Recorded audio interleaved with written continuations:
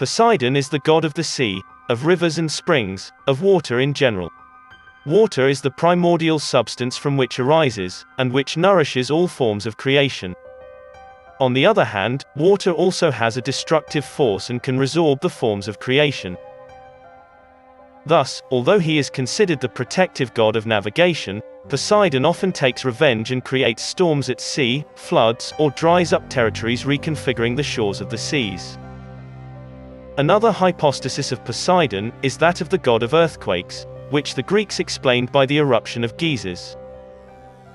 His strength is described in Homer's work, the Iliad, where with the blows of his trident, the god shakes the earth so hard that the mountains tremble and the kingdom of the depths risks to overflow. In the Mycenaean period, Poseidon was one of the supreme gods. Later, in the Greek tradition, his role decreases, and together with Zeus and Hades, they share control over the universe. In most versions of the birth myth, Poseidon is the second child born of Rhea, and shares the same fate as his brothers, being swallowed by his father Cronus, because he feared that one of his descendants would take his throne. Later, Poseidon is saved by his brother Zeus.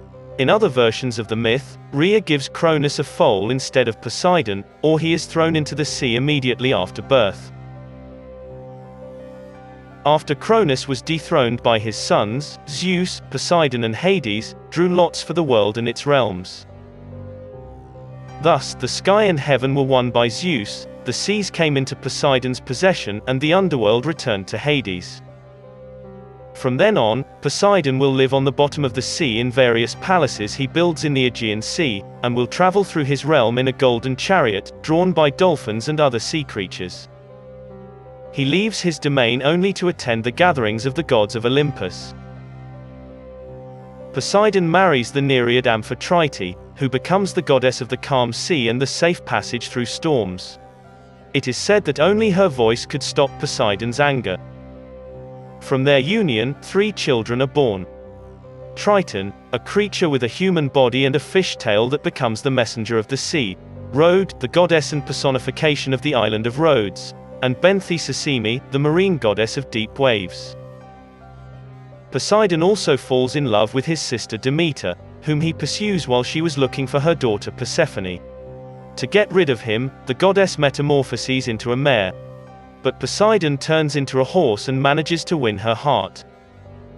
From the union of the two are born Arion, an immortal horse, and Despoina, the protective goddess of nature and the animal world, whose cult was worshipped in the sanctuary of Lycosura, a city in the region of South Arcadia.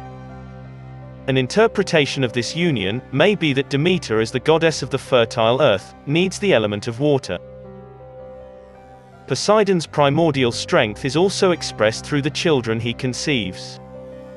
Many of them being huge and unstoppable creatures, such as Orion, the giant hunter, Antaeus, the giant defeated by Heracles, or Polyphemus, the cyclop blinded by Odysseus. In mythology, Poseidon is often depicted in an attempt to conquer different territories by fighting other gods, but invariably loses them. A great myth tells the story of a contest between Poseidon and Athena, for the city of Athens. Poseidon gave the people the miracle stallion, Pegasus. But Athena won their hearts by giving him the olive tree, which became the symbol of the city. At the same time, he tries unsuccessfully to claim the Aegina island from Zeus, the Argolis region from Hera, Naxos from Dionysus, and Corinth from Helios. While the other gods intervene in many ways in human life, Poseidon is rather involved in transformations of the substance and the concrete forms of nature, and he is mentioned in myths about the sea and earthquakes. However, in Olympus, he is the only one who dares to protest against the universal supremacy of Zeus, and would like his dominion to be limited to the skies and heavens. This was the story of Poseidon, the god of the seas, of the rivers, the springs, and the god of water in general. I hope that you enjoyed this episode of Mythos, the Historian. And if you really did enjoy it, please like the video. And if you look forward to new videos on my channel, please subscribe and click on the bell to be notified when new videos arrive.